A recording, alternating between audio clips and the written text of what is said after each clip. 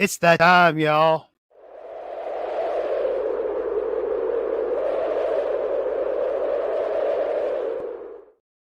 All right. What is going on this Monday afternoon? Yes, indeed. Yes, indeed. Another unannounced live stream. That's the way I do it. Stay alert, stay tuned. It's Margarita Monday, baby. Miami Margarita Monday. So I got a new camera. It's a webcam. I ain't paying like $1,800 for a, you know, special camera. This does just as fine. Actually, it makes me look a little better than I am. I am kind of cocked to the side because I wanted to make sure that Groku and Little Seb get their time in the sun. Uh, Groku is so hyped about that victory, 48-33. Saturday, he still got his hat on. He's bad as me. That's right. Groku know what time it is. Uh, so yeah, I wanted to come on. And if anybody shows up, they show up. If they don't, they don't. I am streaming to both of my YouTube channels. Uh, Earlier I uploaded a video. I say earlier, it's probably probably wasn't even less than an hour ago. Uh, so I came across this new thing called Rumble. Looks pretty cool. I think it's kind of new. I say new. It's probably been out for 10 years. You know me, I'm not one of the cool kids, so uh but seriously though, I'm gonna give it a whirl. Whoa. I moved the cable on out from underneath the stand and it kind of acted like we had an earthquake here in South Louisiana. That'd be crazy. Uh so I'm like, hey, another platform. Uh so you're probably asking why did you go there? What's your plan? What's your goal? What's your end game, dude? Oh, well, really no end game. I just thought, see what happens. Just another platform for me to talk on because you know me, I like to talk. I won't shut up. Uh, but we'll see what happens. Like I said, if you did not see the video, it is titled "Let's Get Ready to Rumble." Yeah, that's original, isn't it? Ah, the marketing department is off on Mondays, by the way. Yeah, I give them 3-day weekends. Anyway, oh, so yeah, I sound like one of those F1 drivers. I ask them a question, they're like, "Yeah, so yeah, nah, I'm gonna give it a whirl, see if I like it." Uh, from what I'm gathering, the Rumble doesn't have as many restrictions as the YouTube, so I could probably come call somebody a friggin' dumbass. It is what it is. Oh, also, y'all know the last time we talked, uh, I don't know why I got these headphones in. Ain't nobody calling in. Oh, the last time we spoke, which was Saturday night after that 48-33 victory over Texas A&M, we had the knuckleheads. Had a couple knuckleheads show up. I think it's the same person, but had some knuckleheads show up, want to act dumb. So I had to put that video out because I felt like I needed to take some swift, stern action. And and again, this isn't, I mean, all you fine folks who come out here all the time, Phil, Bryce, Cuban Kane, Son of Fire's been around, Workforce, Mr. Gaffney's been around, et cetera, et cetera. Y'all cool, man. Y'all cool. It's just that one person. I just want to make sure I put that out there. So when somebody acts a fool and I report them, I ban them. I don't want to hear nothing about it. All right. I'm not gonna go back into that video, but I'm just letting y'all know, and y'all know this. We're all good. You know that. Stupidity, ignorance, it's not gonna be tolerated, bruh. We can have difference of opinion. You could probably we could sit here and argue, well, why didn't he throw the ball to Restrepo on this play instead of throwing it to Colby? That's cool. We could have heated we could have heated conversations on why, you know, I think Red Bull may be bending some rules and then Ferrari just ain't. Yeah, I mean, we could have conversations like that. I'm not saying they are. I'm just making examples, just examples. I'm not saying Red Bull's cheating.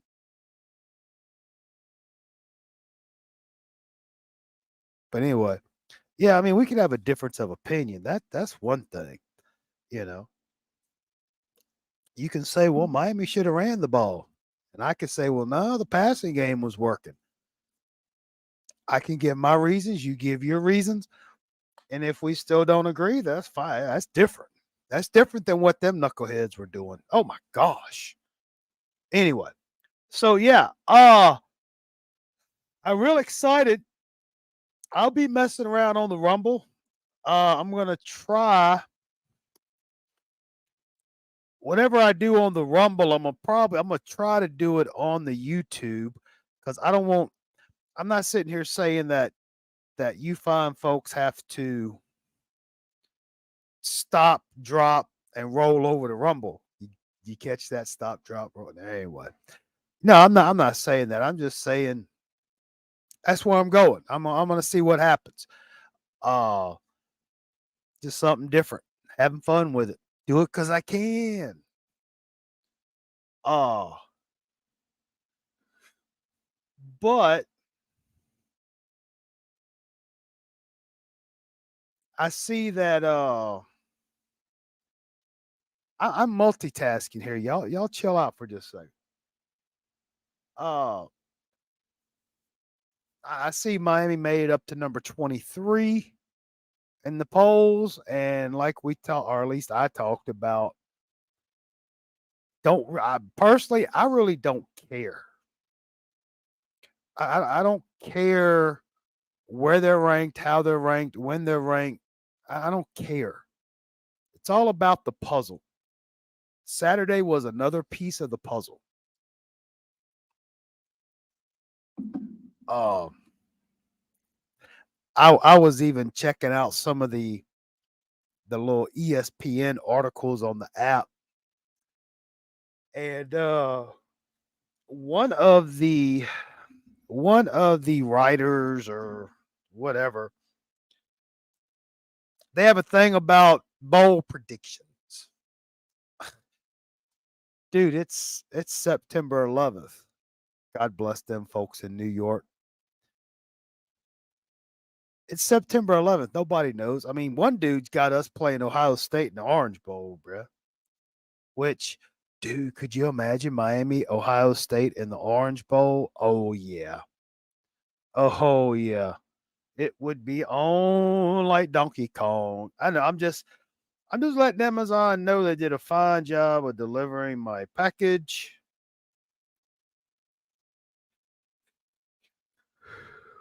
Man, it's already 3 o'clock.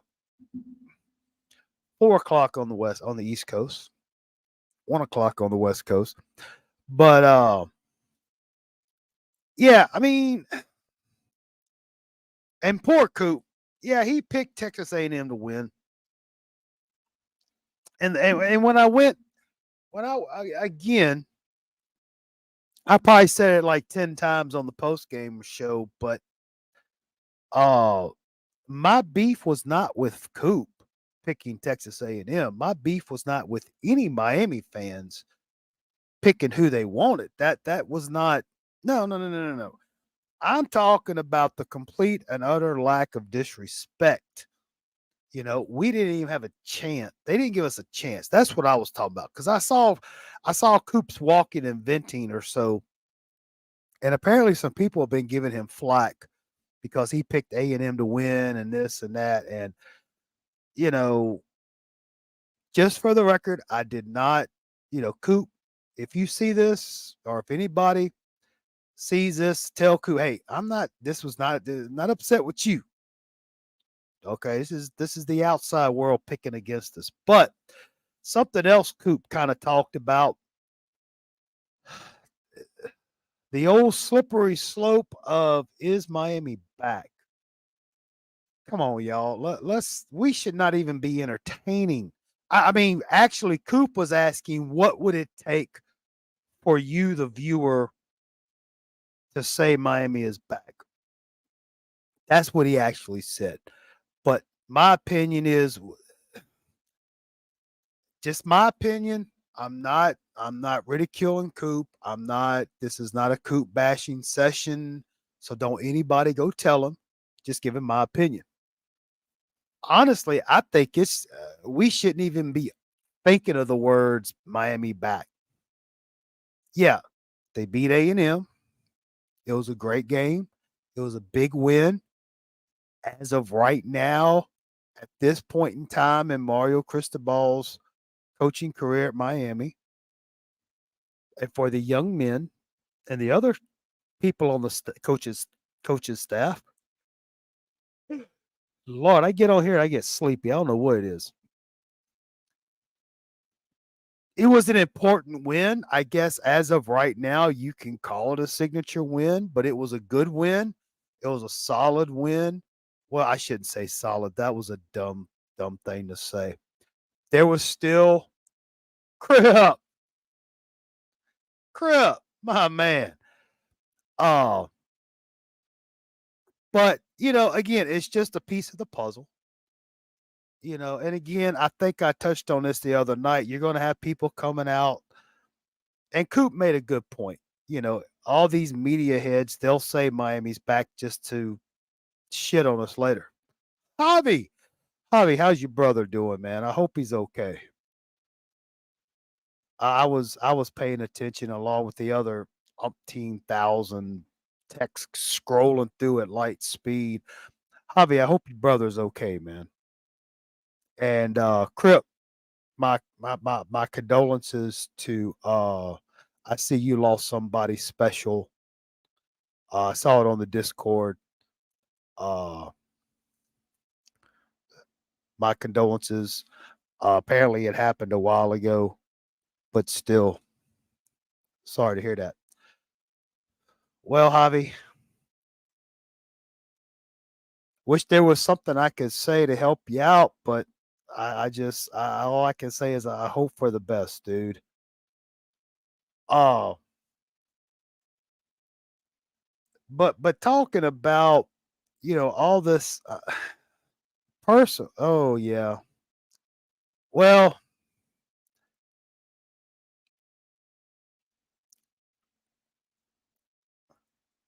oh crap. This has turned into a, oh man.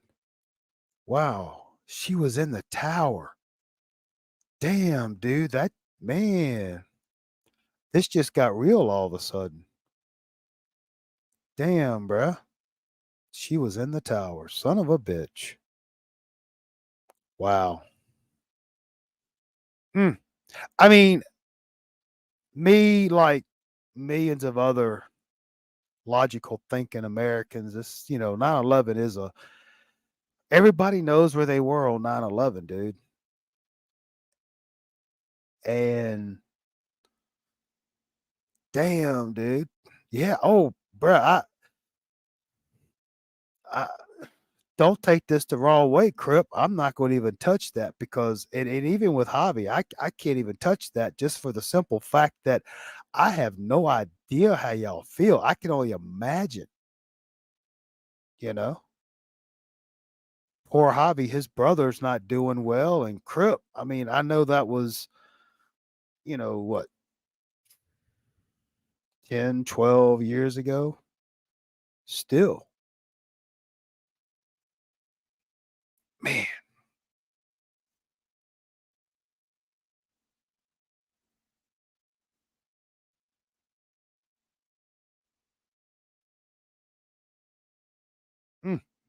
Crazy world we live in. She was a banker, yeah. Well, again, like I said, I know that was no crap, that was back in '01.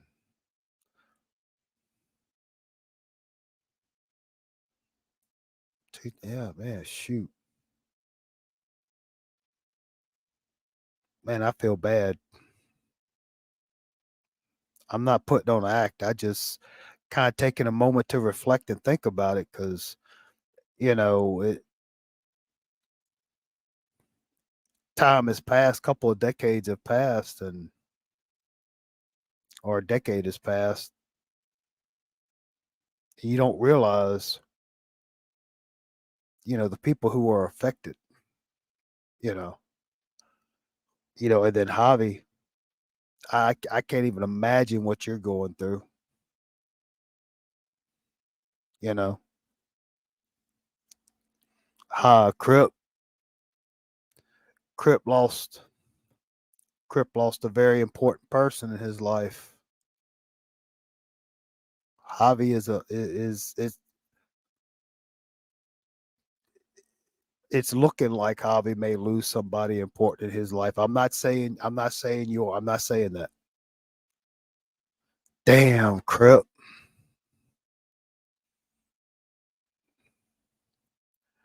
But, you know, I guess the only thing I can say that even it, it don't come close, but in my universe is about as close as I can get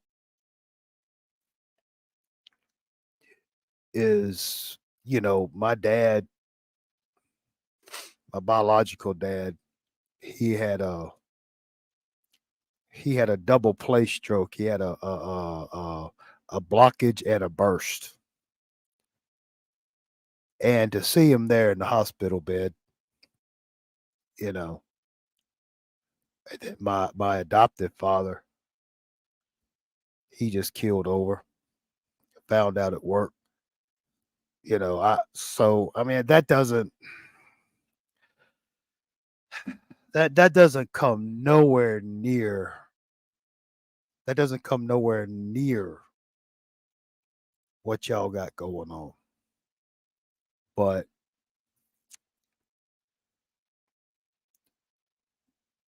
I've always said, and this is just my opinion, because I've trust me, I've been through the valley of the shadow of death, and I'm not talking about people passing, but I've through life experiences, I have been through the gates of hell and back. So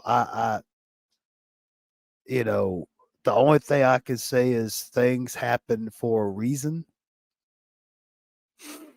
I know that may sound cold, it may sound callous, it may sound like you're probably thinking, "What the fuck are you talking?" No, but there's a reason why things happen.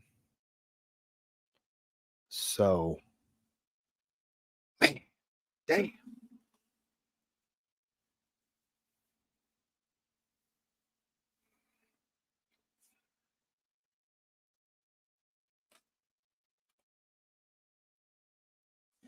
Well, good news is I saw where Mr. Kinchins is doing well. Apparently, it wasn't as serious as everybody thought. I think he was released from the hospital yesterday. Oh, I did see the replay. I guess I mean I'm no expert, but I didn't see where he went head first or this. I think he just kind of just hit one of them right spots, dude, and it kind of I don't know. I don't know, but apparently according to what Mario said, he's fine. He's good. Uh, Probably gonna take the week off, I'm sure. Uh, but anyway, talking about, what Coop was saying, and I know a lot of people have. That's right. Kick ass for Cam, dude. Kick ass for Cam. That's my motto, dude. I don't care if he catches on or not. Kick ass for Cam. Oh, so yeah, talking about. I mean, we shouldn't. I mean, this is my opinion, editorial across the screen here. We as Miami fans, in my opinion, we shouldn't even be entertaining the thought of being back just yet. Personally, we got to have some consistency. Okay. Uh, as great of a win as it was Saturday, the team did improve, but there still was some mistakes. We're still in the first part of September. Uh, but overall, the overall body of work, I really liked what happened. Uh, there was some bonehead, knucklehead plays.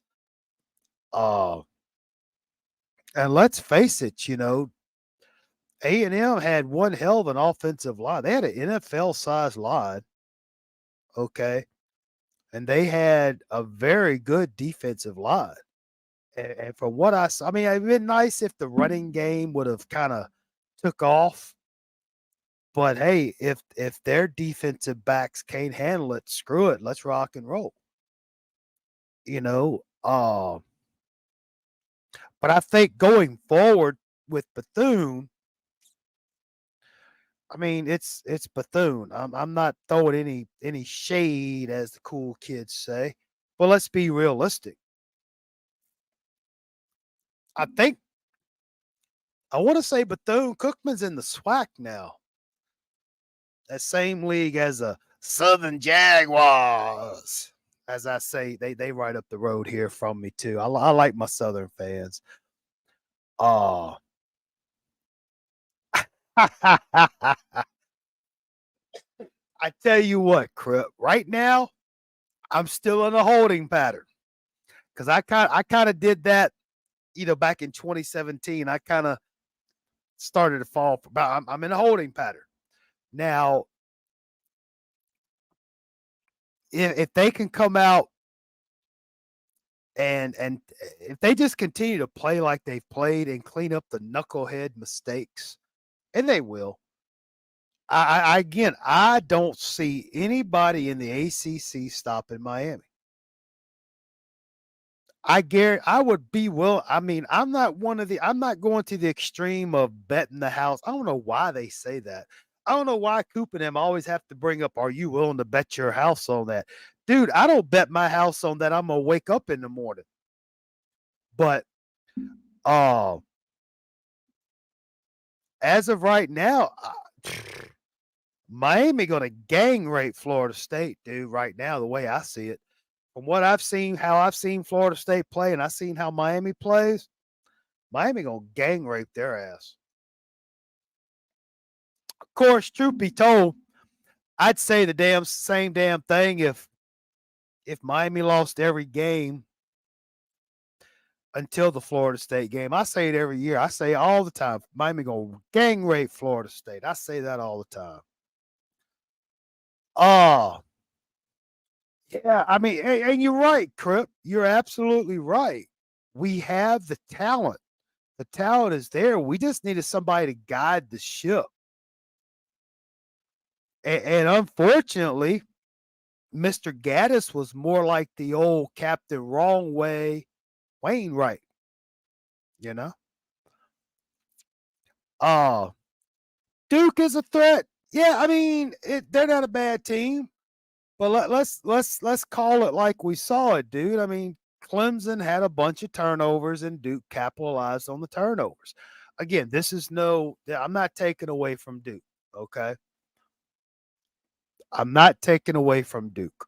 I'm just saying that let's be realistic.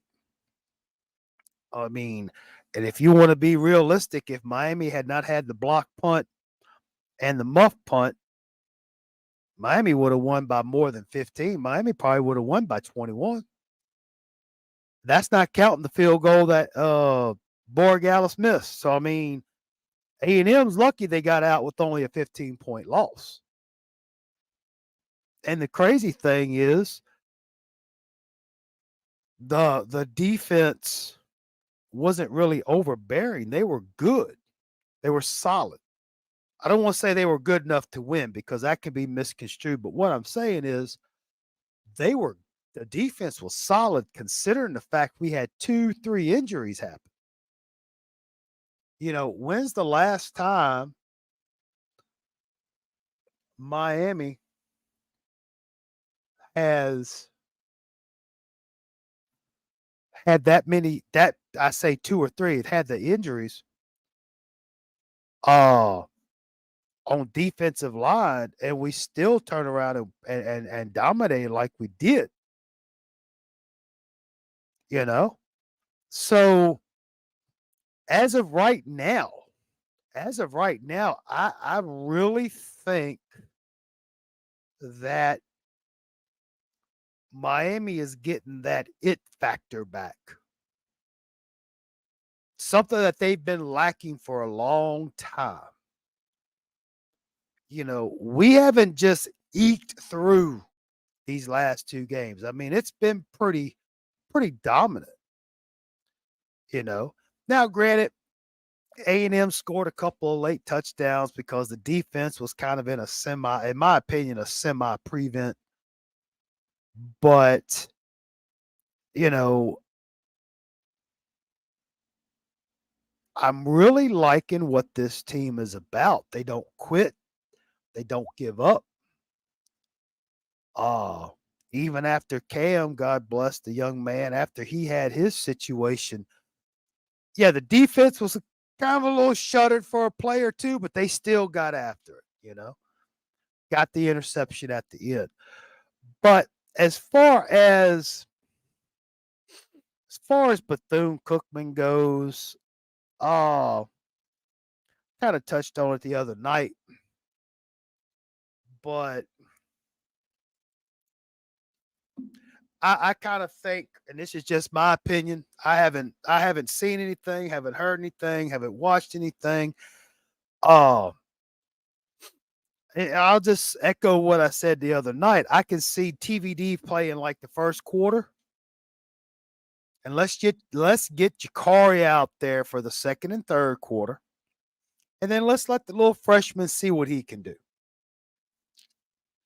Uh, as far as the running backs, you can flip a coin, take numbers out of a hat, draw straws. I don't think it's going to matter, but let the 4 horsemen have a quarter each. Let AJ have one. Let Fletcher have something. Let Cheney have something, and then let Parrish have a whole quarter to themselves. Because yes, Miami versus Bethune, it's probably going to be about a 50 to maybe 60-point spread at the end of the game. You know, uh, but I think I'm hoping me personally, I'm hoping that Mario and Mr. Dawson and Mr. Guidry, or I should say Coach Cristobal, Coach Shannon Dawson, Coach Lance Guidry, I'm hoping they let the starters go ahead, get on out there, play a couple of downs in the first quarter, let them get out there, go through the motions, and then let the first team sit. There's no need getting them hurt. Let that second team get in there, or start bringing in some of these freshmen and stuff. I believe I saw somewhere where Mario said probably the whole team gonna probably play, unless I saw it with somebody else and they were just paraphrasing. But you know, it's going to be. I think Thursday night's going to be a real good game because it'll kind of give us an idea of what we got sitting on the bench in the second team. You know. Uh oh, look, Crip. If TVD stays next year, maybe next year. Okay, I'm not Just hear me out. Hear me out. Maybe next year TVD can break the curse of, Miami has never won a national championship with a senior quarterback in an even year. I'm not saying Miami is going to win the national championship next year, but I'm just saying. I'm just saying. Because honestly, so far this season, if I had to make a season prediction right now, again, I don't see anybody beating us except ourselves. I think our offense can go up against any defense. I think our defense can go up against any offense.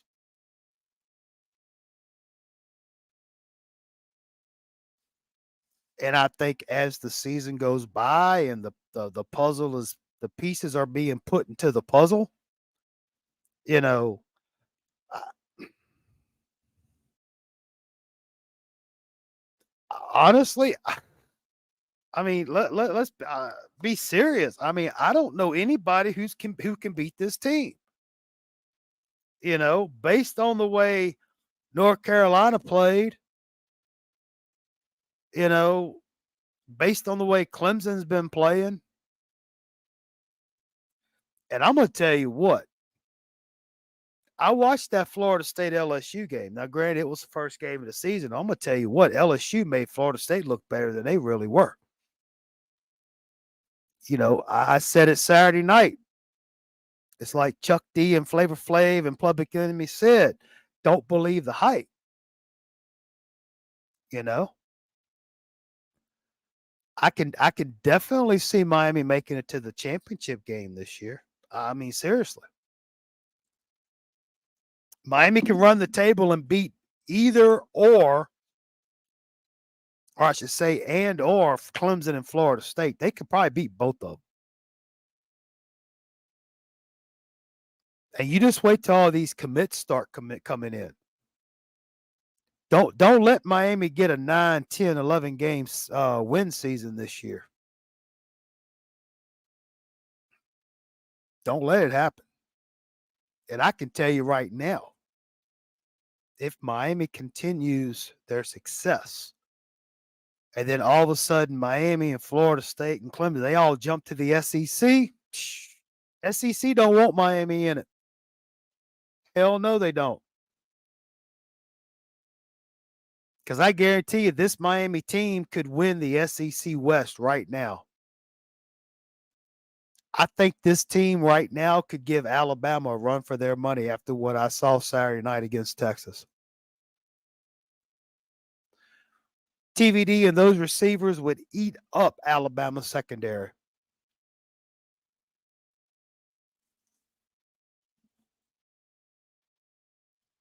Think about it. Between Colby Young, Jacoby George, Strepo, we haven't even got Harold started up yet. You still got Ray sitting out there. And you got people coming in. This offensive line. Think about this offensive line. Yes. Malagoa, freshman. He had some holding penalties. He's a freshman. Okay. He was in high school last year. He was going up against, a number 1 or 2 defensive tackle from last year 4 last, or last year. I mean, it was like one-on-one, you know. I mean, I'm excited. Man, look, I have not honestly been excited about a Miami team and what's to come in a long time. But I really,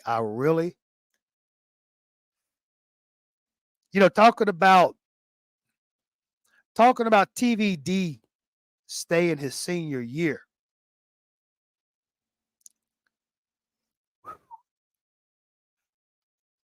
I'm a big Jakuri fan.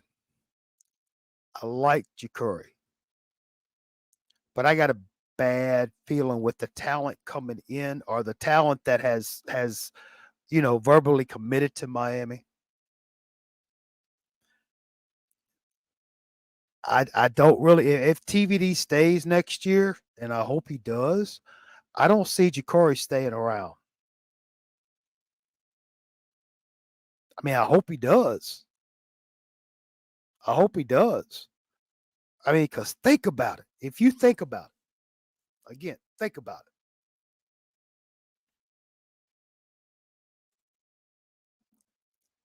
Next year with TVD, Jakuri, Emery, and if Judd hangs on, dude, we haven't seen me.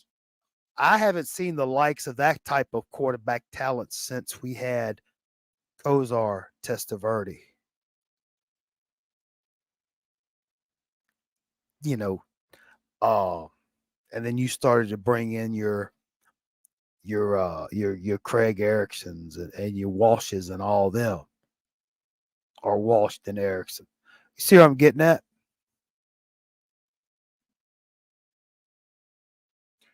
I mean, dude, we are going to have excellent quarterbacking for the future. We got excellent running backs for the future. We got receivers that can fly like the wind. We got an offensive line. And I don't know if crap. I don't even remember the dude's name, but that transfer from Alabama, that defensive line, that defensive tackle from Alabama. I don't think he even got it. The greatest secret not told at Miami. I don't think he got in the game yesterday or Saturday, unless I missed something. And we got some young defensive backs coming in. We got some young defense. I mean, dude, man. I don't know what else I can say. I'm not personally. I'm not saying we back, but we damn near we're getting close. Last year at this time we were talking about is Miami dead. Now we're arguing whether I wouldn't say arguing, but we're debating. Uh yeah, dude. I got the black one here. I'm gonna try. Okay, where my finger is, that's my Logitech from my Xbox One, and then this white one back here, that's for my 360. I'm a big Forza guy. I love my Forza. Uh,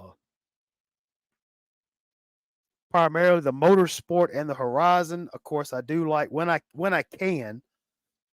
I uh, I like to do my Formula One racing. I don't do the online stuff. I'm not that good, or at least I don't think I am. Plus, I just don't trust all those other guys. But yeah, that's my wheels. Matter of fact, I got the stands and stuff off of Amazon. I got the Logitech, got that off Amazon, but the Xbox 360 one, dude, I went to goodwill.org or com or whatever it is, and they had one on there for like, I don't know, like $20. I'm like, screw it. I rock and rolled with it. I got that thing. I think with shipping, it was like $30. Dude, that bitch was damn near brand new. Works like a champ. I got me one of those 360s off of the Amazon so I could play some of my other racing games, you know. Yeah, I like my racing games. I like my sports games, the football games, baseball games. I'm not much on the first person, the role play and the World of Warcraft and Call of Duties and City of Heroes, all that stuff. It's just not my thing, you know. But I love my racing and sports game. Uh, Hang on, look. I need to take let me take about 1 minute break. I'll be right. I got a phone call I need to take. I'll be right back.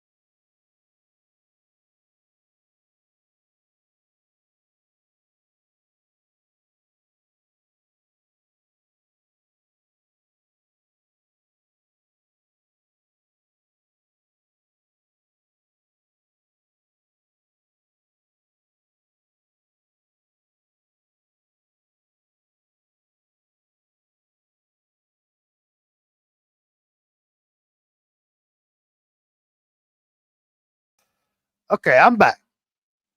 I had to take that phone call. Sorry about that. Plus, I brought the puppy dogs in. Let them get a little AC time. Uh,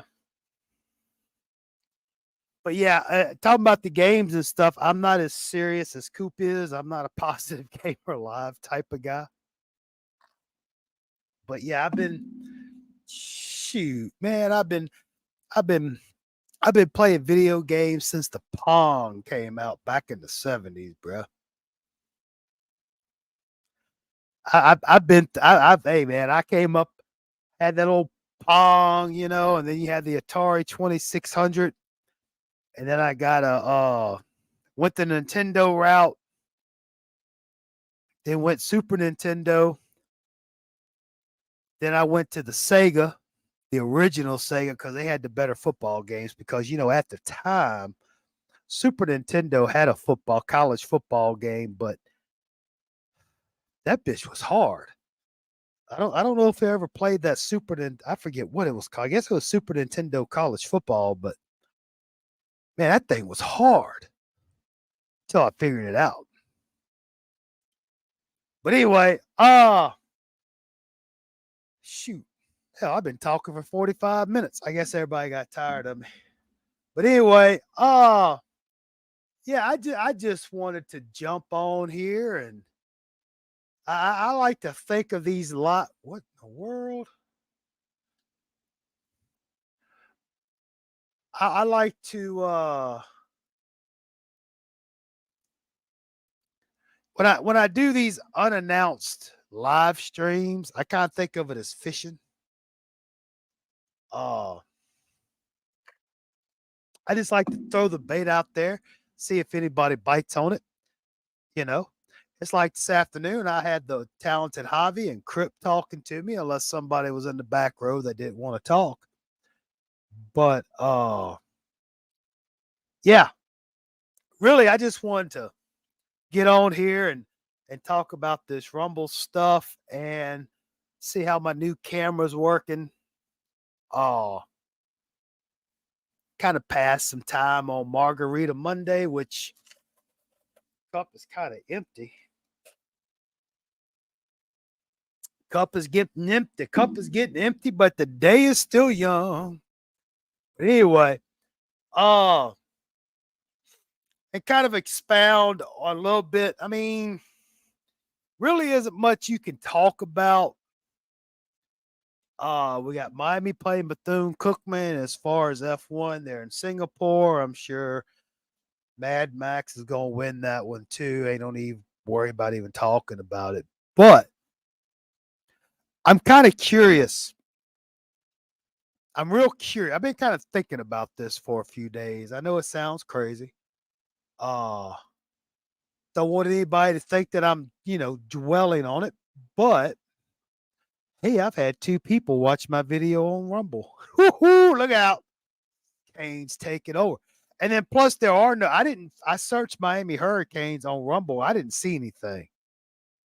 So we gotta have a takeover. But anyway, I digress. I'm real curious on who Coop has this week for his prediction show or couch show. Or let me rephrase that. Kind of curious on who Coop has on his couch for the confessional.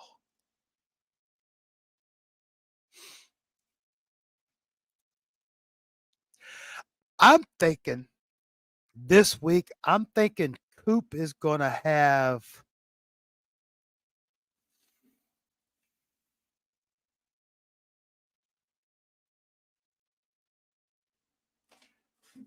I think Coop's going to have AO or Chalupa. And mark me down right now, September 11th, Day of Remembrance. Put me down that for Florida State, he's going to have Melissa. For Clemson, he probably won't because he's going down there, so it'll probably be a live thing. He'll probably have them down there too. So yeah, I think he'll have Chalupa or AO. Cuban, glad you can make it, buddy. I'm pretty sure for the Georgia Tech game, Coop's gonna probably have that Sea Dog dude.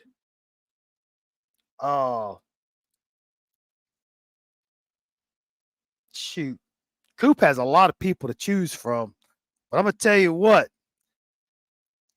I don't get into the stats. I don't get into all the. I don't do the stats. I just talk. You know. Uh, but it's gonna be interesting. Great damn game. Only, yeah, you're right. You are absolutely right. Uh, that's what I was talking earlier. As far as the game this week, I'm thinking it's just going to be we didn't score. Man, you know it's funny. It's funny you say that, Cuban, because of the fact that if Miami, I said earlier, if Miami didn't have the block punt or the muff punt, the bad return there, he dropped the ball, dude, it could have been a hell of a lot worse than it was. I mean, they got 48 on what we saw. I mean, if you include that missed field goal, and let's just say they punt the ball, stop them, and then drive the field. I mean, they could have had another 17 points, dude. Dude, you're like 65. Man, could you imagine the world and the universe? What would happen if Miami beat Texas A&M like 65-20? Oh my gosh. I loved every minute of it. Shoot, man, look, bro, let me tell you. I am still enjoying that game Saturday. And the crazy thing is they still made mistakes and still beat that ass. I don't know, dude, because from what I've seen, some of those A&M fans about had enough of them, dude. If A&M don't have a winning season,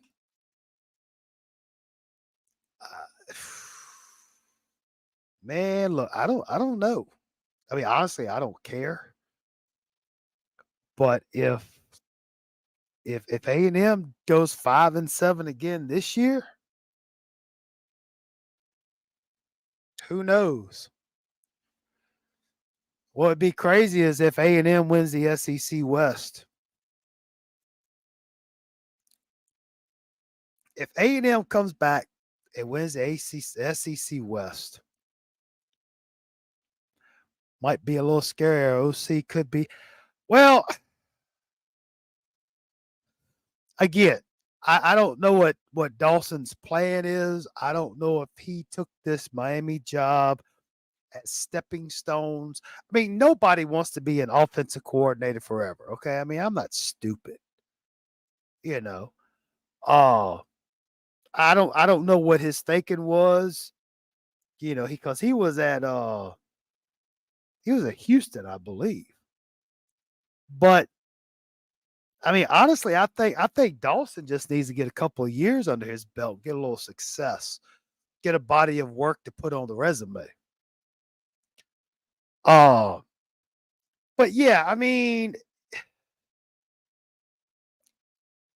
as far as Gidry and Dawson goes, if they do good this year and they around next year, they could they could pull a Lashley, you know. Lashley, I mean, dude, could you imagine if we had Lashley still here?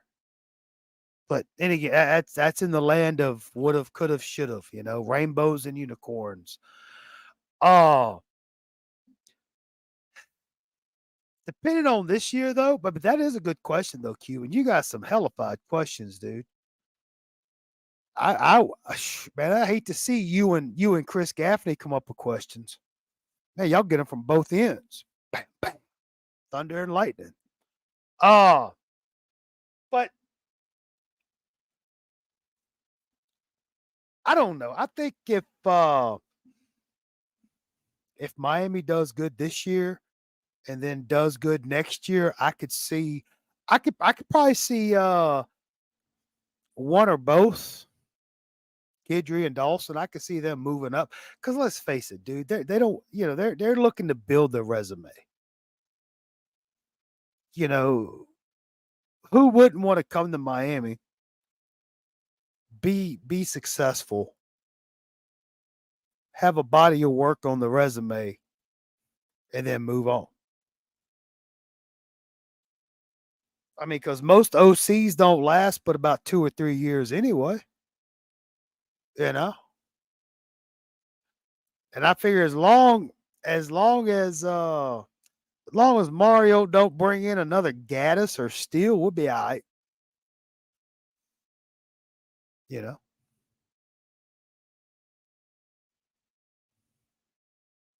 It's funny you bring that up. Is because probably through the whole let's see, probably the about 6 weeks before the season started, basically the whole month of August and half of July, everybody was basically saying, yeah, we'll go 7-5, we might go 8-4. And not too many a lot of people thought that Miami would not have been beat A&M. Um, but I'm gonna tell you, Cuban, right now, I've done said this like 20 times. Y'all know how I am. I say things at least 30 times before I stop saying them. As of right now, as of right now, I, unless things change, I don't see anybody in the ACC beating Miami. The only team I see beating Miami is Miami.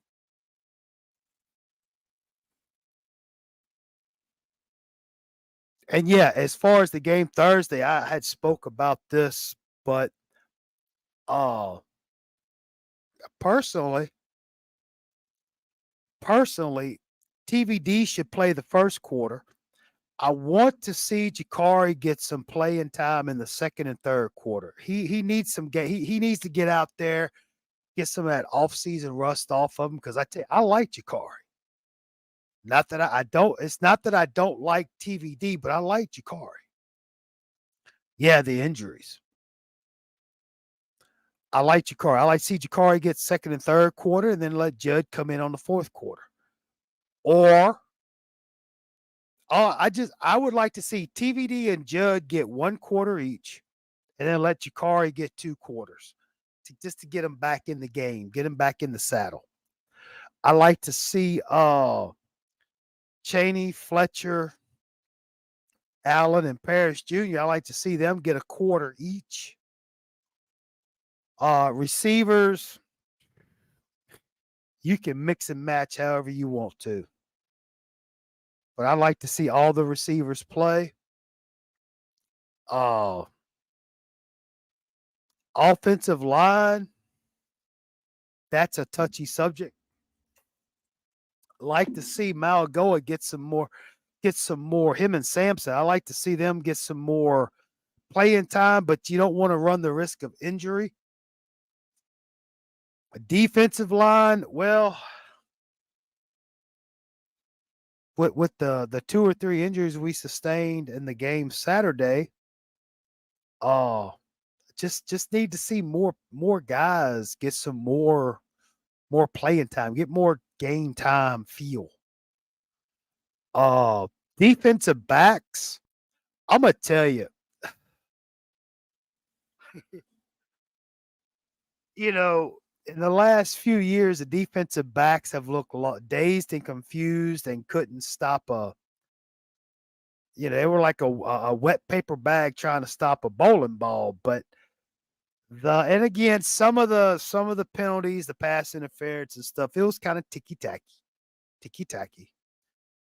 But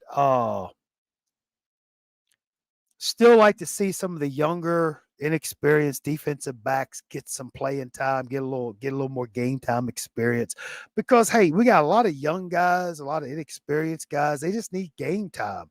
Let them get out there and work the kinks out. I would rather them work the kinks out and make knucklehead decisions and mistakes against a Bethune,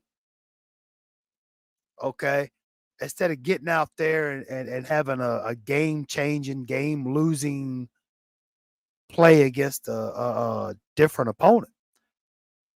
Uh, but I can tell you right now, hopefully by the fourth quarter, and hopefully midway to three quarters of the third quarter, they have all the second and third string in. You know, I mean, I think Miami is going to win the game. Whether it's 60-3 or 75-3 or it doesn't matter. I think the main goal is one, keep everybody healthy. Two, let's get some of these younger guys some playing time. And then also it's an excellent chance for Guidry and Dawson to try different types of plays against different types of schemes and formations and stuff. But it's gonna be what it's gonna be. 22 made a program changing it. Yeah, you right. You absolutely right on that.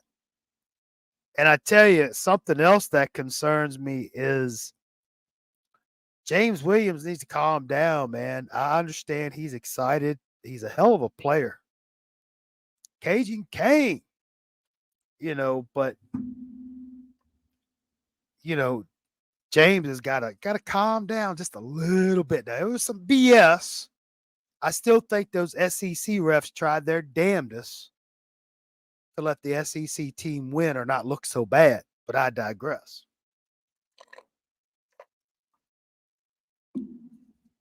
Oh yeah, he has to keep the energy up. Don't get me wrong, but he's got to be smart about it. He's got to come up there and hit stick, bust dick. Yes, yes, you're right. I'm not talking about the energy.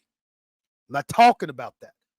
But he can't let those other knuckleheads on the other team get him in trouble. But yeah, I love his energy. I mean, that dude, he's awesome, bruh. I'm just saying. Oh, but we're getting to the third game of the season. This week we got Bethune. Next week we got Temple, then Georgia Tech, and it starts getting pretty good. So I'm hoping that most of the knucklehead decisions and mistakes work themselves out this week. And next week against Temple, I'm hoping to start seeing some clean games as far as penalty goes. because that's really been the only, in my opinion, the only issue that's really hurt Miami, so to speak, is the knucklehead decisions. The false starts, the holdings, the freshman mistakes, the inexperience. But it's still football. They should know. Um. So yeah, I am. I'm real excited that Miami has cracked the top 25, but we got a long way to go, fellas. Long way to go. I still think we're light years ahead of where we were last year at this time. You know, you just take A&M game from last year compared to this year. Wow. The best play of the game Saturday night. I think it was Jacoby George. He caught that pass. Defender bounced off of him. It was late in the fourth. He had time to fix his helmet, and then, dude, that was friggin' awesome. That was awesome. I mean, he had time to adjust his helmet and still made it to the end zone. That was friggin' cool. Actually, when I saw that, I'm like, damn, you know, because how often have you seen? Good Lord, why am I guess I didn't get my afternoon nap in. How often have you seen a receiver do that, go through that, still have time to adjust his helmet, and then score? Damn. What now? One thing I would like to see in the Bethune Cookman. The one thing I like to see in the Bethune Cookman game is I really like to see them incorporate the tight end into the passing game. I think McCormick had one catch. Was it McCormick had one catch, or was I thinking of something else? Anyway, I like to see some more tight end passes. Oh, yeah, and that's another thing. The team was down. I mean, think about it. Last year's team before, year before that, year before that, year before that. If they would have came out against A&M this year, had a block punt, score, dropped the punt, field goal. I mean, they were down 17-7. I think it was, regardless of the fact, they didn't give up. They kept, they got up, brushed the dust off, and did it again. Nobody got down. It was like, okay, we messed up. It's like, I think it was, matter of fact, I think it was George that said, hey, my bad on that punt, bro. My bad, my bad. But I think the team said, hey, bro, don't worry about it. We got you, bro. We got you. You know, Years past or seasons past before this year, if that would have happened last year before last, year before that, Miami would have lost that game by 5 touchdowns. It wouldn't even be a contest. But this year, the defense came out. Yeah, they had that. They gave up that field goal on the muff punt. They gave up the touchdown on the block punt. But still, they got things figured out, made some adjustments, and got out there and kicked some ass. You know, and I'm telling you what, this defense. I said it. I think I said it during my rant session with Coop Friday night. But there's just something about this defense I like. I really this defense just has something. I love Jafari. Oh my gosh, I love watching that young man play. You know, Bain is going to be a bitch. I mean, I know Mesidor got hurt. Taylor's trying to come back, but man, we have got some horses on that defensive line. And then, with Basaint and Flag on linebacking, man, and I'm telling you, these defensive backs, again, I think they had some pretty.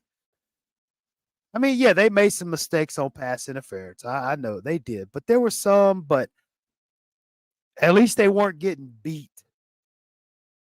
Some maybe, but overall, I really like this defense, and it's only going to get better. The reason why I say that, last year, 5-7, you saw the talent that came in. Don't be surprised. Don't be surprised if Miami pulls 10-win season, at least 10 wins. I still don't think anybody in the ACC can beat Miami. But let's say Miami pulls 10 wins out. Imagine the recruits. And I said it, I guess it's been about a month now. Don't let Miami join the SEC. If Miami joins the SEC, you can hang it up. Hang it up. Let me tell you why. Damn it. Cup done went empty. Shit. Let me tell you why.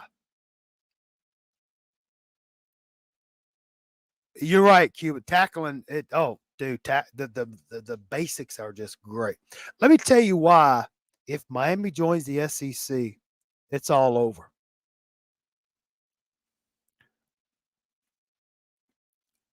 First, Miami has to be successful where they are now. Let's say Miami pulls 9-10 game win season this year. All right. Things are looking good. Let's say they get a couple of 10-win seasons under the belt, if not 11 or 12.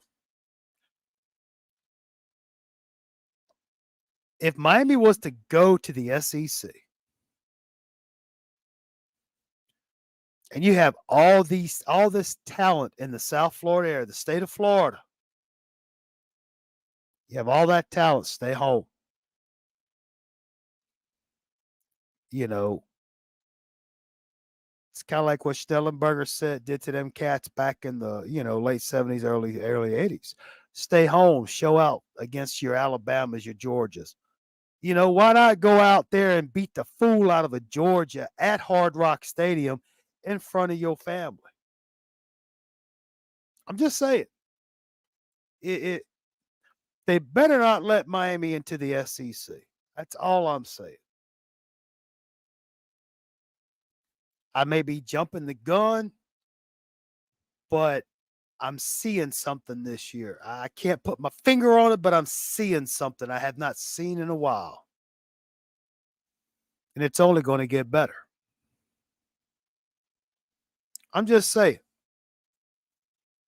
I haven't felt this confident going into the third game a long time. Now, granted, if we are successful, if Miami, I'm sorry, I didn't go to school there. I don't have a kid there, and I'm not a big time contributor, so I can't say we according to that jackass on Discord. But if Miami continues to improve, they have not put 4 quarters together of error-proof football yet. But when that giant wakes up, and then you have people like Clemson, they're starting to shit the bed.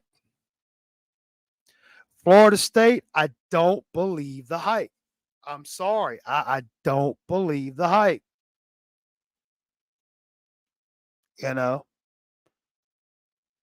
North Carolina, we have a defense for them now.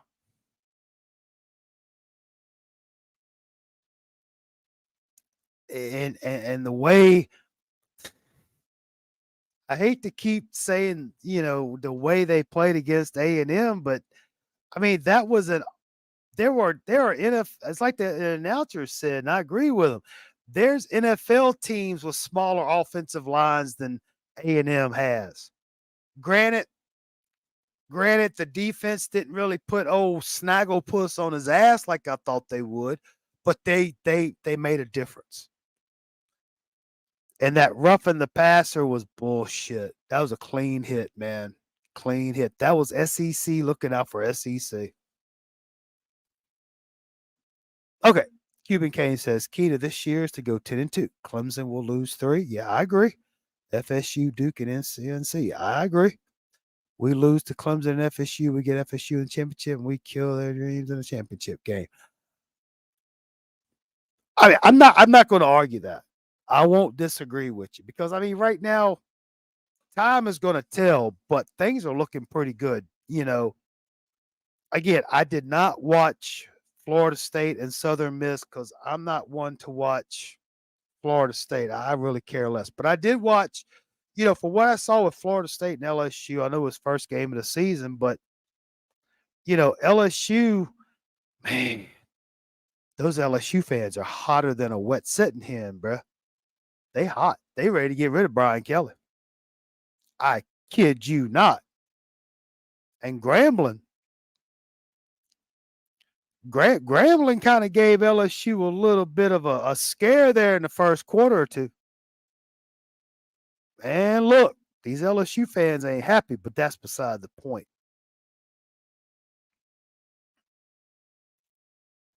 And I mean, in a way, I mean, you're right, Cuban. I mean, we have to pump the brakes a little bit, but I'm just looking at our offensive line versus A&M's defensive line and our defensive line against the A&M offensive line. Now, I'm not talking about talent wise as much as it was pretty good. I mean, I don't think Clemson has any lines as big as A&M. A&M has some horses, dude. They had some of them friggin' man, they must have had them rib-fed kids from Texas. I don't know. But Clemson can't stop dropping the ball, you know? But, again, I would prefer, personally, as a fan, I would prefer Clemson not to lose any more games until we play them. I like to see Clemson have one loss, we have no losses. I want Clemson at their best. I want Florida State at their best because that way there's no excuses if Miami wins. But again, we got a lot of football to play. We got to worry about Bethune and then Temple and then Georgia Tech, and then we got North Carolina, and things are just going to escalate from there. Georgia Tech, yeah. But I think the schedule sets up really nice. Yeah, they were slow, but they didn't manhandle them. Talking about the schedule, I mean, since I'm not a real fan, I don't have the schedule memorized, so I have to read the actual schedule. So, if y'all want to go see a real Miami fan talk, go somewhere else. I have to read. I don't memorize it. Yeah, I mean, if you think about the schedule, Bethune, Temple, Georgia Tech, North Carolina, Clemson. I mean, that's a nice stair step escalation. Each week gets a little bit tougher. Each week gets a little bit tougher. You see what I'm getting at? I think we're going to really, I mean, we've learned a lot so far, but between now and the 21st of October, basically almost 5 weeks from now, we're going to get even a better idea of where Miami is because our opponents starting Thursday exponentially get tougher and tougher and tougher and tougher. Just looking at the schedule. Oh, and then it's like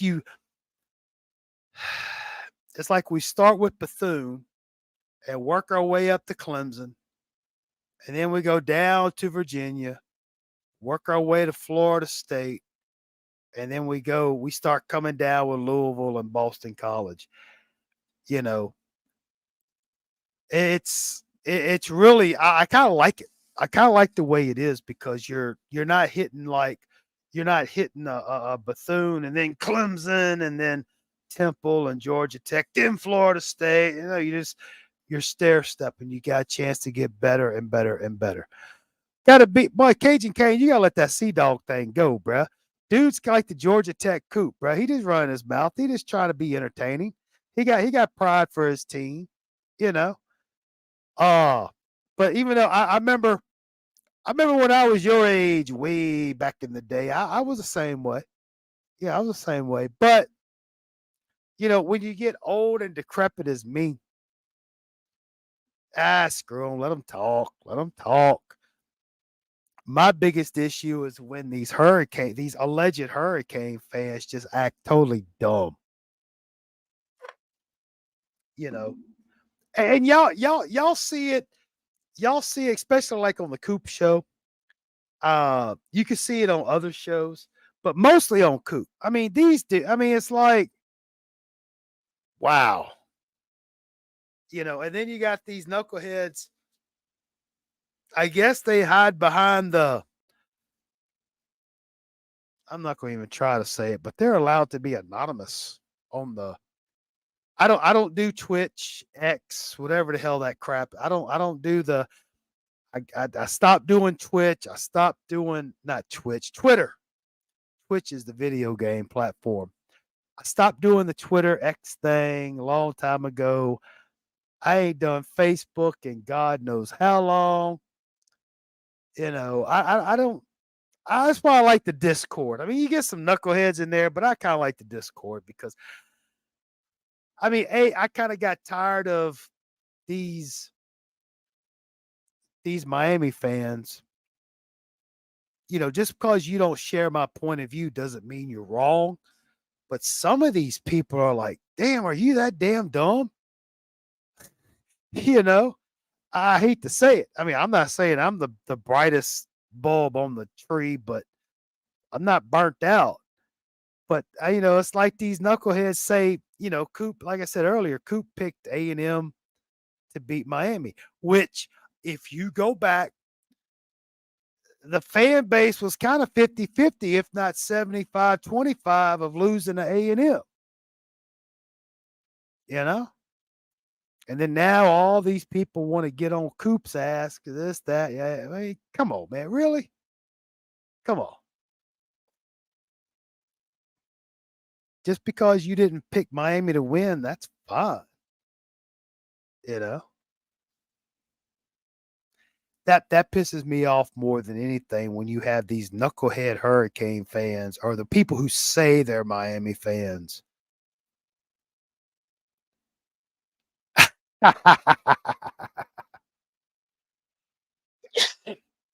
Now, I'm not crawfishing, Cuban. I'm not crawfishing. But what I'm saying is, to me, there's a difference between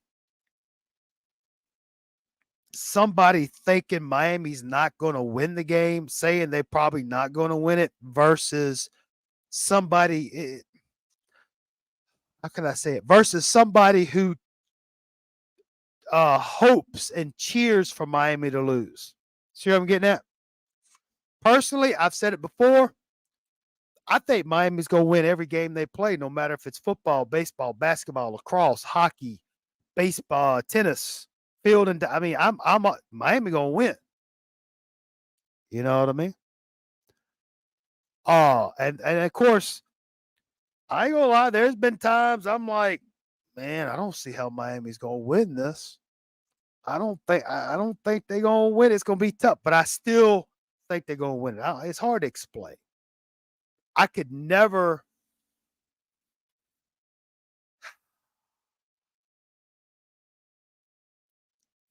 I could never pick Miami to lose. I always try to figure out I talk myself into how Miami's going to have at least a 1-point victory. Let's go back into the time machine. Let's jump into the DeLorean, shall we? And go back to December of 1998.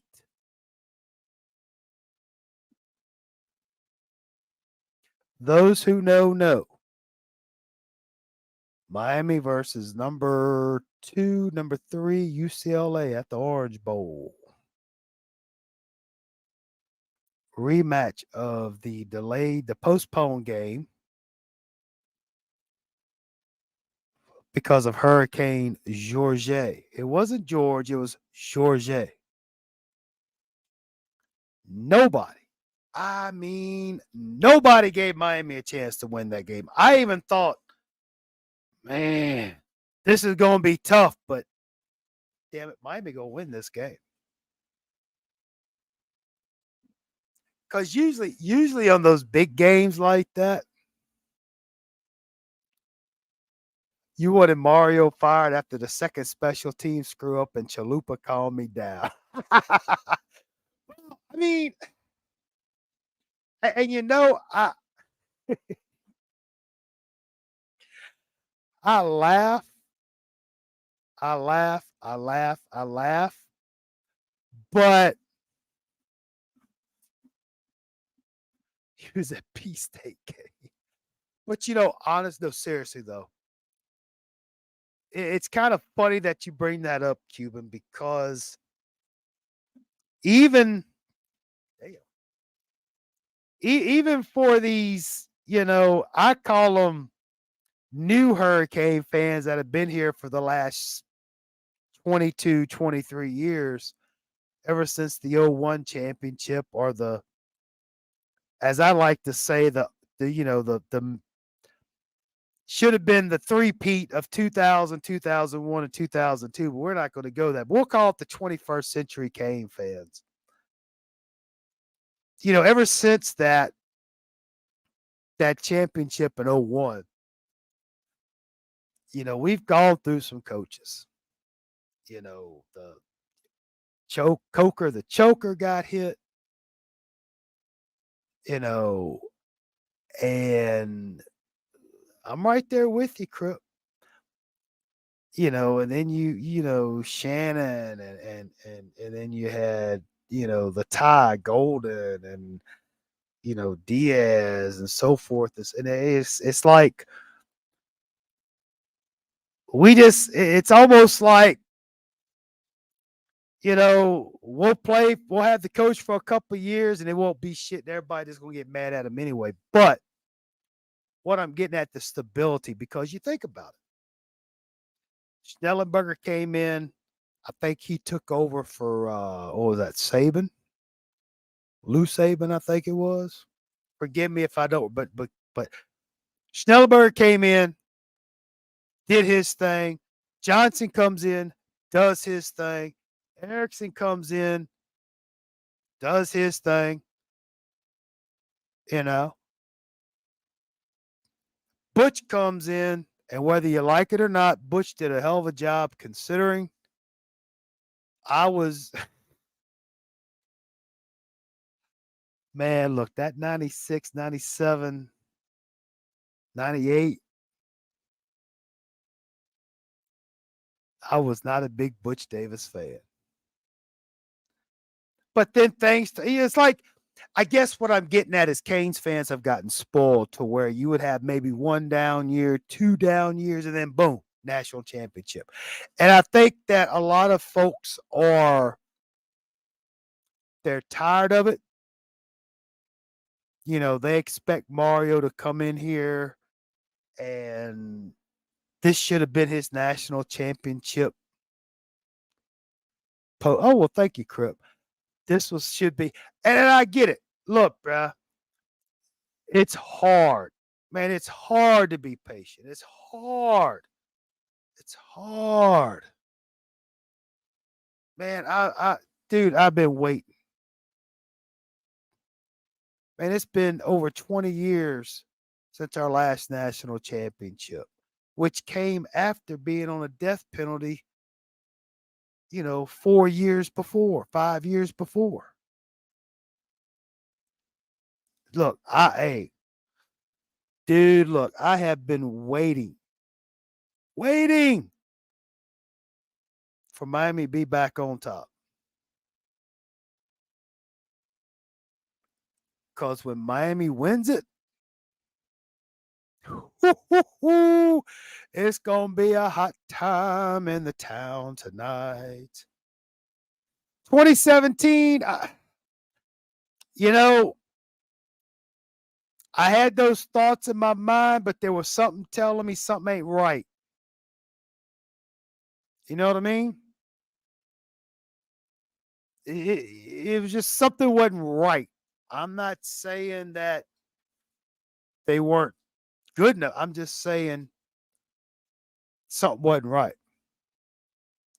Hey, look, dude, I'm telling you, bro, TVD, I'll be the first one to tell you Van Dyke's got a lot better arm than Ken Dorsey. Ken Dorsey was smart and he had a line and he had receivers. TVD has receivers. He's getting a line. The line is getting there. It's getting there. It's coming. It's coming. But TVD got a better arm. I got to refill this cup. If Dorsey had the arm of TVD, I'm talking arm strength. All right.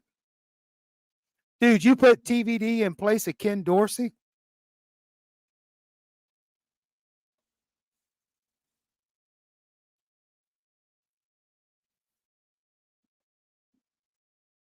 You know? And again, I don't this is no disrespect to Ken Dorsey, but one of my top two. Yeah, Cannon. Yeah, yeah. Yes, I live in this. Any fears, Bam or LSU? No, no. I don't think so. I mean, nothing's impossible, but right now, like with LSU and Brian Kelly, shoot, that payout is like, man, that's one thing these LSU fans are talking about. They can't afford to buy out for Brian Kelly. And as far as Bama goes, I'm hoping they think that Mario is tainted goods because he went to Miami. But uh I'm sure I don't know. I mean, again, I hate to say, you hear Mario talk about this is where he wants to be. This is his dream job at Miami, et cetera, et cetera. But again, Butch said the same thing. I right now, as of right now, I don't have any fears of Bama or LSU coming after him. Only because as of right now, I have to take Mario at face value. I mean, of course, we all know money talks, bullshit walks, bro. Okay. But I don't know. That's a good question. I mean, they tried to come after TVD, you know. But anyway, as I was saying,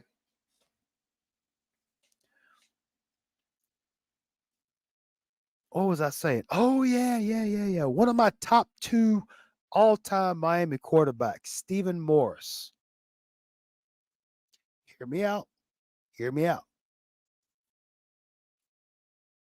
If Miami would have had a defense when Stephen Morris was quarterback, sorry, been a whole lot. Stephen Morris was a hell of a quarterback, dude.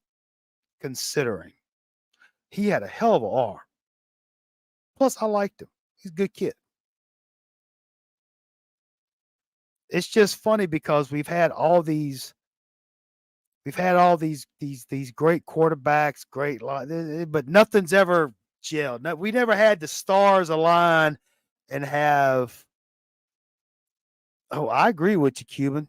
Butch was a bitch. We've never had the stars align like we did in the championship years where we had a good offense, good defense across the board. But It goes back to what we were saying earlier. If TBD stays for his senior season next year and we retain the same coaching staff, I mean, I think right now the coaching staff is safe because nobody, we haven't proven anything yet. Yeah, the ankle injury did mess him up, but I tell you what, Morris was a hell of a quarterback, dude, considering. I mean, you take that play against NC State. I still remember that throw Kaya made. I forget who it was against. It was a night game at the Orange Bowl. Was that the Orange Bowl? No, it wasn't at the Orange Bowl, dumbass. It was at Hard Rock. He threw it. And the only play he had to throw it at the bottom of the goalpost pad for the receiver to catch it and hit it there. I think that was at home. What I'm saying is, you know, even Harris, Ja'Cory Harris, TV better than the Geno. To my Toretta. Oh, dude, don't get me started on Toretta. Don't get me started on Toretta because I'm gonna really piss some Miami fans off with Toretta. Because I'm gonna tell you right now, I've said this from the beginning. I'll say it again. Toretta was just in the right place at the right time. Geno was good, but there was nobody else even close to him. I'm not saying he was that good. I'm just saying Geno was at the right place at the right time. I'm just saying. No disrespect to Mr. Toretta's talent. No, sir, not whatsoever. But he was just in the right place at the right time. You think about that Florida State game where he just threw it up. Oh my God, I don't remember who caught that touchdown pass. I forget who called it. Oh my God. But anyway, TVD better than Geno? Yeah. In a heartbeat. In a heartbeat.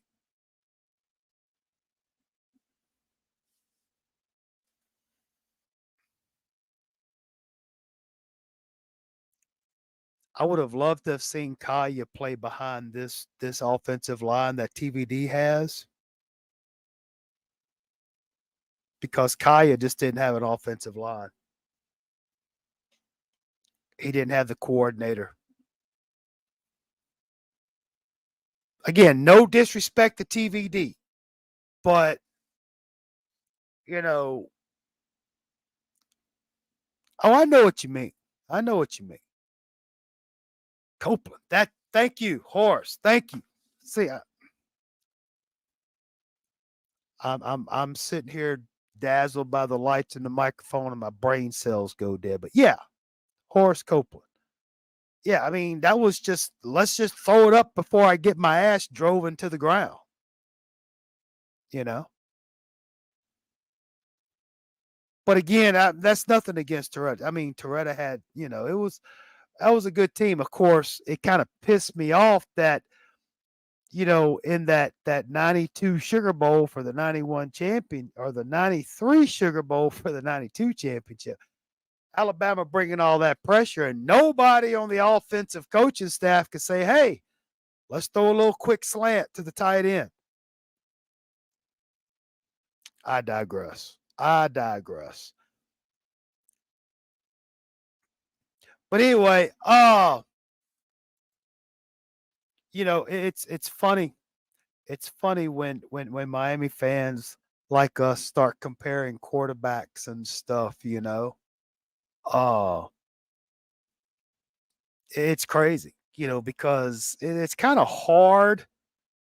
It's kind of hard, even though that's why, man, I wish they come out with that new college football game and have all these, if they can make it to where you could get like the 96 Miami Hurricanes or the 98 or the 79 or the 84, 80. You see where I'm getting at? Oh, yeah, he did. And again, I'm just saying, Toretta was good, but he's not TVD good. I'm just saying.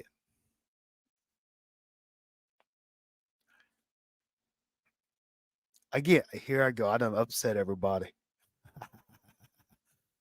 Yeah, he just sitting there cruising down the field. Boom. Cause dude, me and my boy, we sitting there, dude, we're like, yeah, yeah. And all of a sudden, boop. I mean, shoot, if you want to, I'm still pissed off because half of Tennessee's football team in 85 was hopped up on cocaine, beating Miami 35 to whatever. And I like to know who the hell continued to call passing plays in that Fiesta Bowl in 86.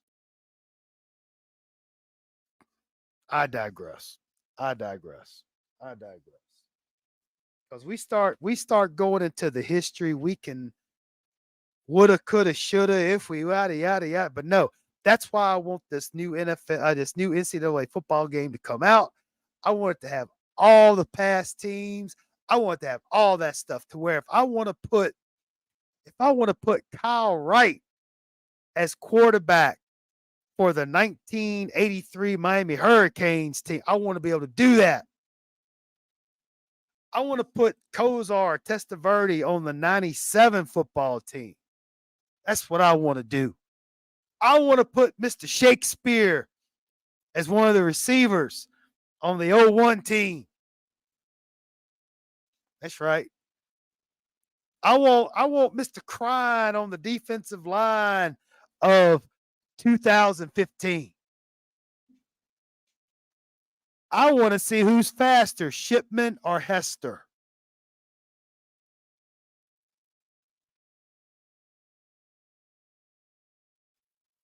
I got Shipman. Shipman was fast as hell.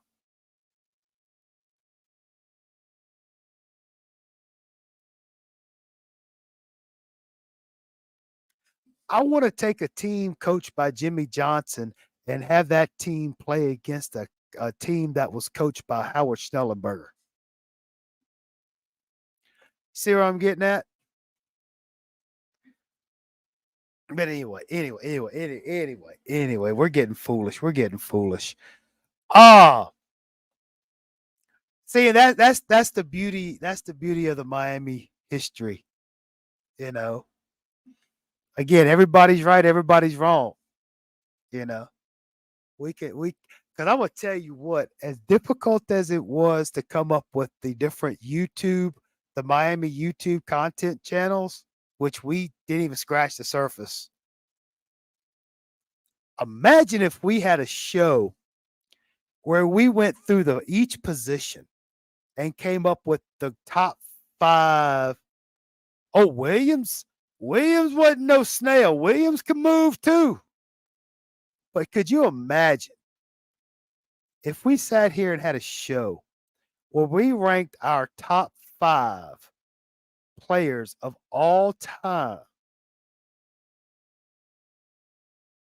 Miami football history? That, my friends, would be a show. That would be a show.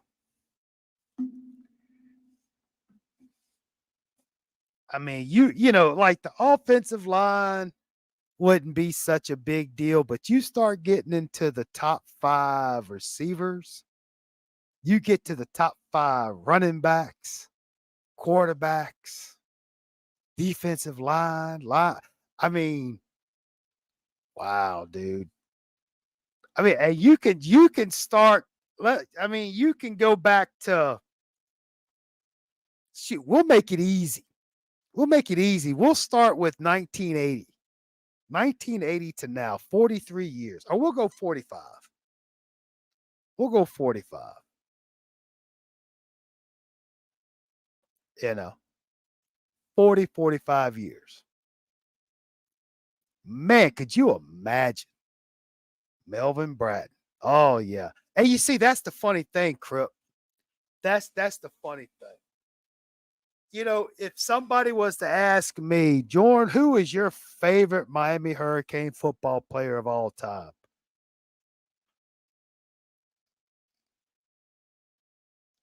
It's like I get one name in my head, and then another name comes in my head, and then another name and another name and another name. And I'm sitting there like,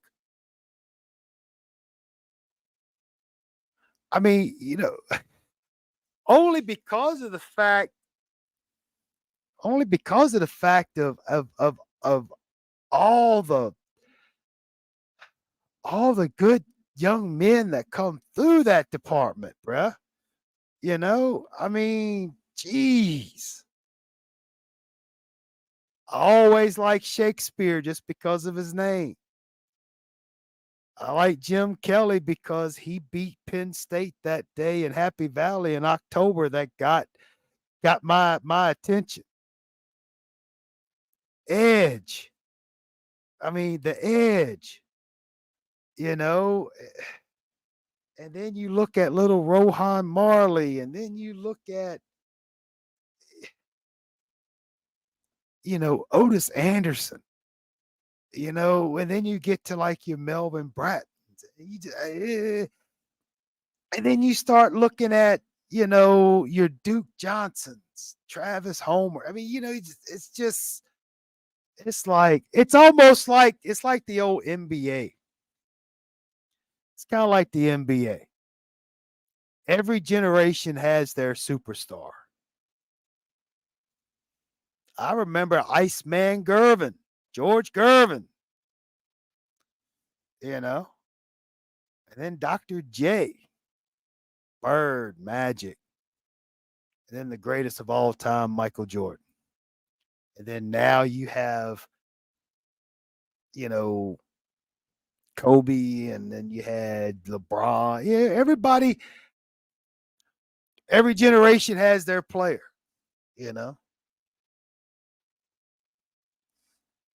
That's one reason why I like playing some of these video games, because you could have somebody playing in a different era, but still, yeah, that would I and I know why nobody's really tackled that subject, no pun intended, but man, you could the run oh dude, yeah.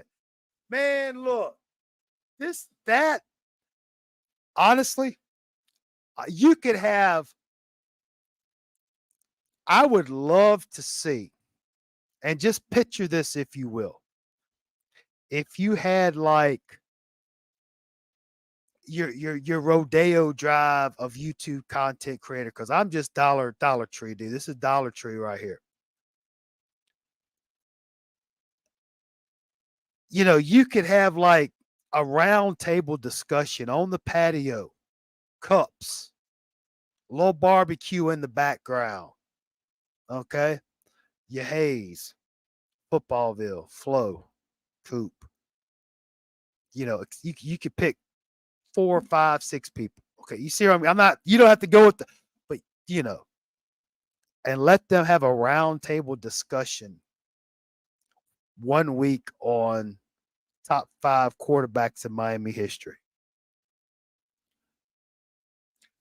You can do it live if you want to, but I guarantee you that show would have 10,000 viewers.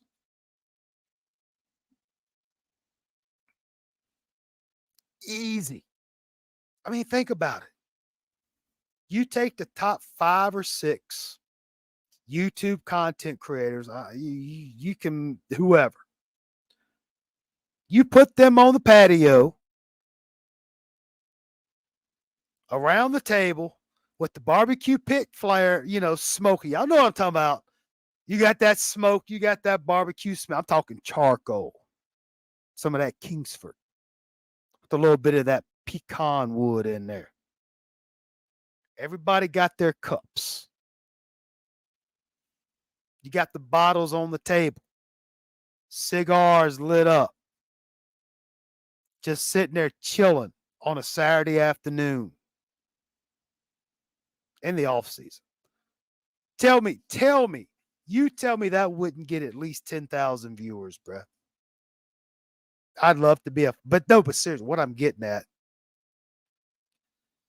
Oh, the who's who of coaches. Oh, man. See, I mean, it's like that's the beauty of it. You know, Cuban says Edge is his favorite. Kissimmee says Melvin is his favorite. You know, I, I can't answer that question. I really, every time I think of a name that would be my favorite, I think of at least five more. And then I think about five more for each one of those five, you know? Applewood. You know, and then I start thinking about the players who didn't have as much recognition because of the situation they found themselves in with the team, you know? It's just, well, I could tell you right now, as far as safeties go, Sean Taylor, Ed Reed, case closed. That's that's not even up for debate. That's just me. Just me. Now cornerbacks and everything. I mean, but I personally think Sean Taylor, Ed Reed were the two best safeties. But again, the play. Yeah, see. I mean, it's just it would. I mean, whether you go by what you remember, what really stood out to you, or if you just go by the stats, which most people go by the stats. You know, it's like Testaverde, Heisman winner, screwed up in the Fiesta Bowl. Is he better than, say, Ryan Clement?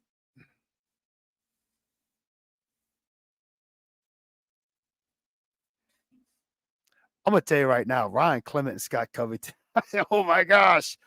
But anyway, you see where I'm getting at? Which Kane recruit hurt your heart at the most for me is Willie Williams. Oh, Mr. Fire Extinguisher. And Kyle Wright. Oh, dude, I remember. I remember, you know who else? Oh, what was his name? Was it Arthur Brown, the linebacker? Like Kyle Wright. They were the number one, the Gatorade Player of the Year or some crap. The number one recruit, and Kyle Wright. I, I I don't know what Timberlake's little brother or cousin was thinking. I don't know if it was him. I don't know if it was just the team, the system. I don't know. Willie Williams, I thought that dude was going to be the next greatest thing at linebacker.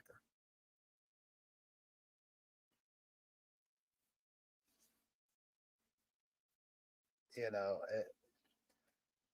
it was. And me, back Dalvin Cook. Oh, yeah. I mean that. I mean, even Lamar Jackson. Lamar Jackson wanted to come to Miami, but nobody said anything. You know,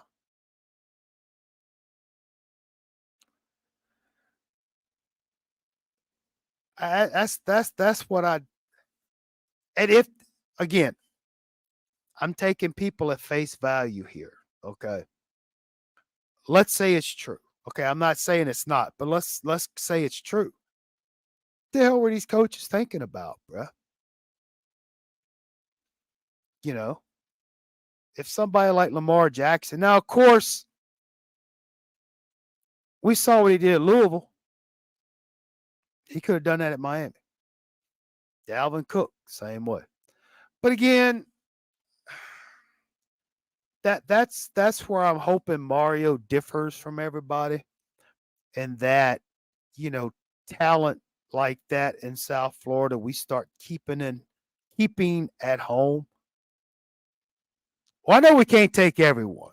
I know that. I'm not that inept, but I'm really hoping that our talent evaluation department, vis-a-vis the recruiting, you know, and then let's face it, it's a whole different admission situation at Miami than it is at some state you know.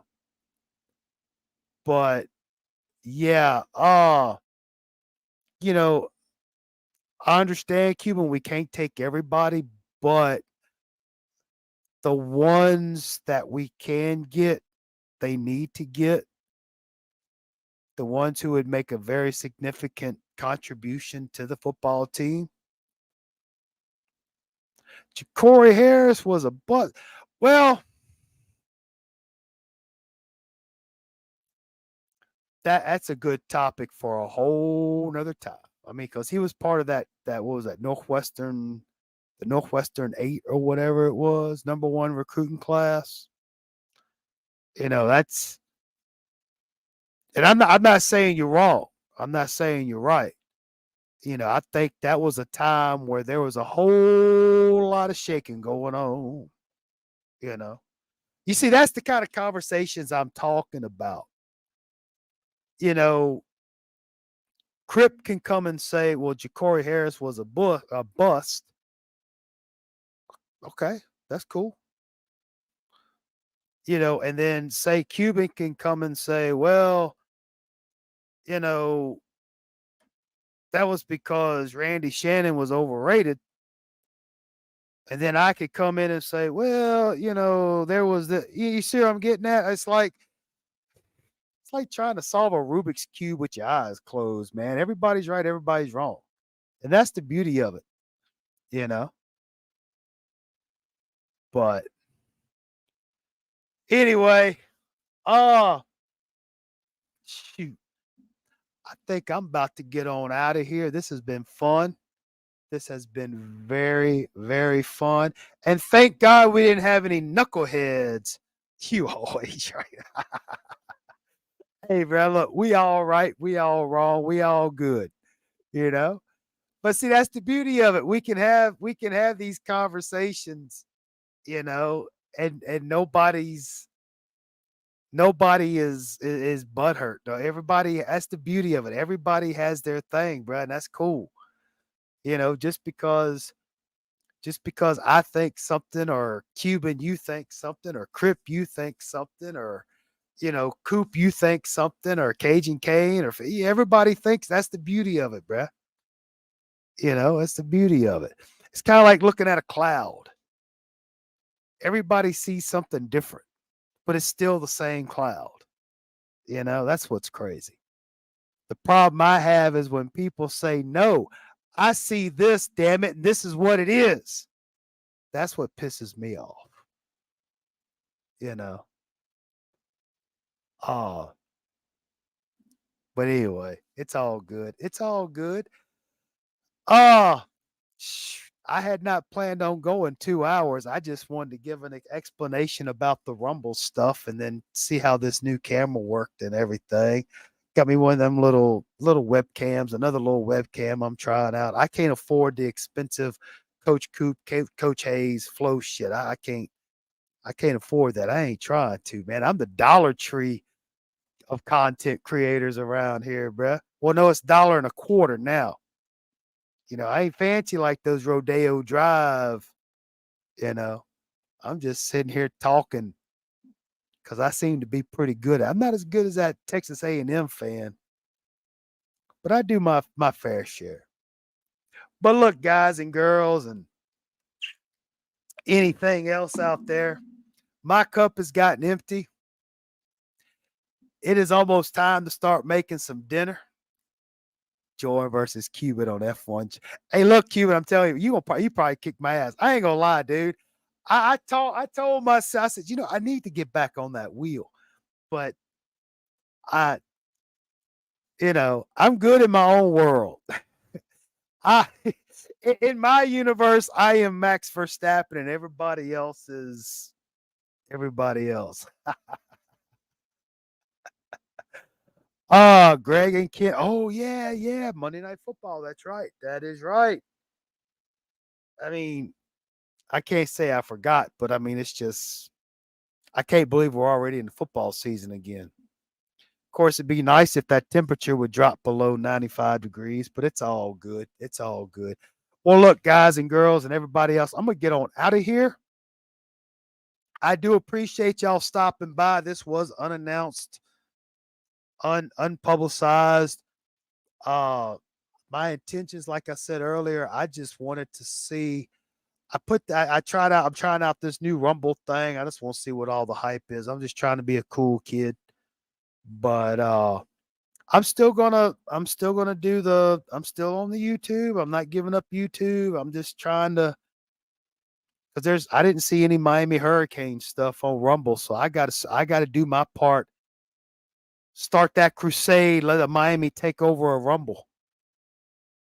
But anyway, it's all good. But look, I appreciate y'all, man. Cuban, Crip, Javi, uh, Cajun Kane stopped by. I don't know who was sitting in the back row, but that's okay. We appreciate you being here and putting up with this nonsense and chicanery. Uh, Stay alert, stay tuned. You never know when you might see me on the airwaves, fellas. So look, until next time, as the famous those who know Donnie C and his suits. Peace, love, and soul, baby. We'll catch y'all next time. Love you. Bye.